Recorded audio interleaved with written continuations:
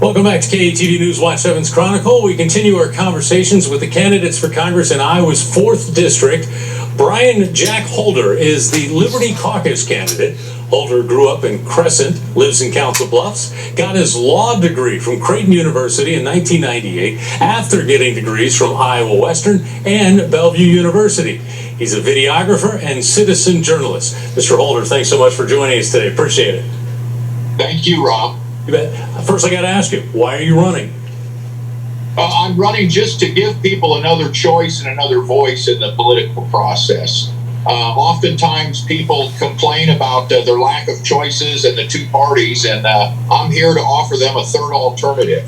So what are your top agenda items? You have the top three? The very first one I've been advocating for 8 years is smaller congressional districts. It's been nearly 100 years since they stopped adding seats, and states like Iowa have gone from 11 districts down to 4 now.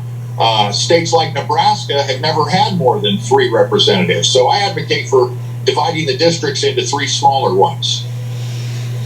What about the economy? Economy drives many elections. We have the inflation rates now 8.2, 8.3%. You have a plan to bring that under control? Well, what needs to happen is we need to examine our system of money and the Federal Reserve System and the way that everything is based upon debt.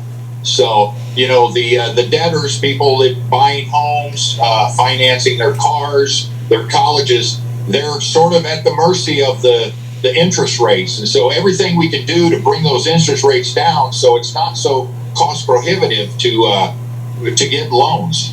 Do you have an idea how to bring those interest rates down?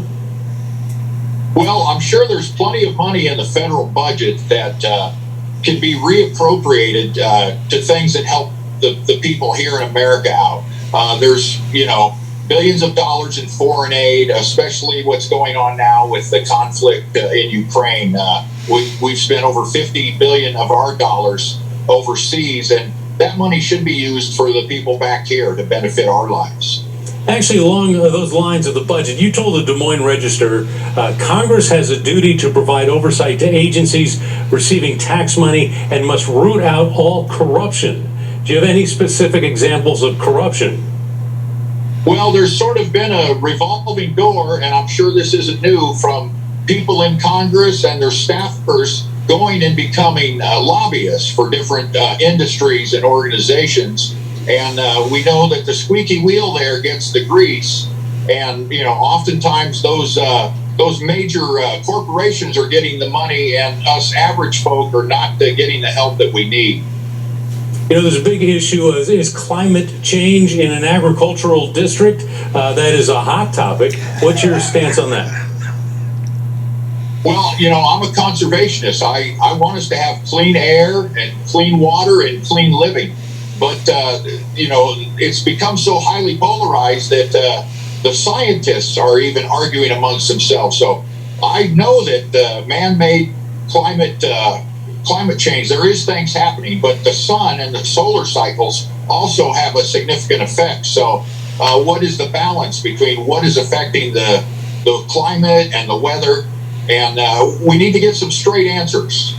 Your assessment of what happened at the U.S. Capitol on January 6, 2021, how would you assess that or characterize it? And what, if any, punishment should there be for the people involved?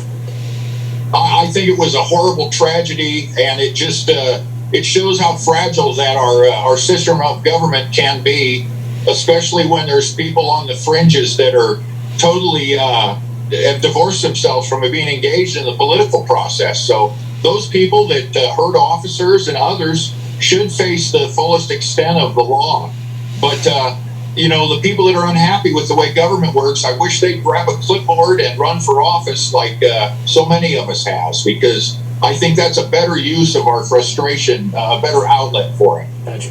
Your thoughts on this summer's Dobbs ruling with overturning Roe v. Wade? Well, it's going to go back to the states, and so this argument, this battle that has played out for about 3 generations now, it's going back to the states where it'll be decided at the state level.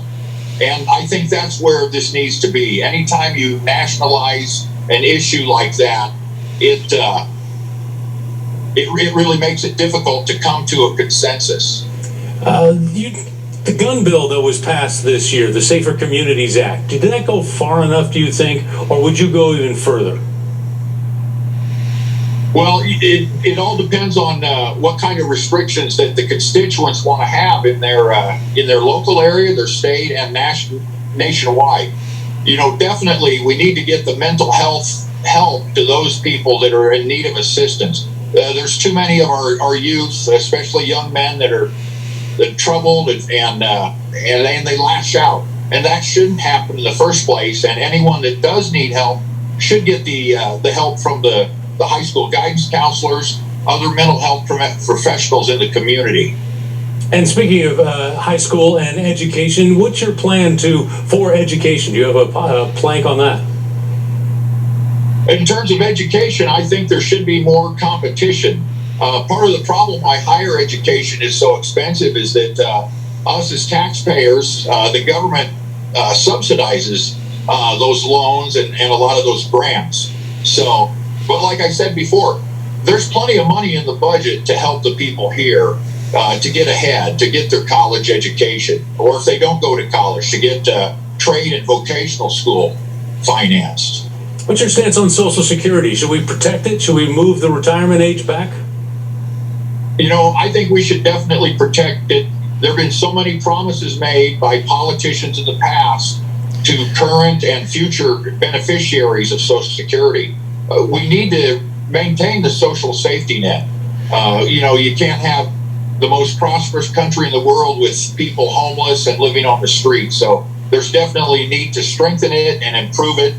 But like I said, I'm sure there's other areas of the budget where we can trim some fat and send it to where it's needed.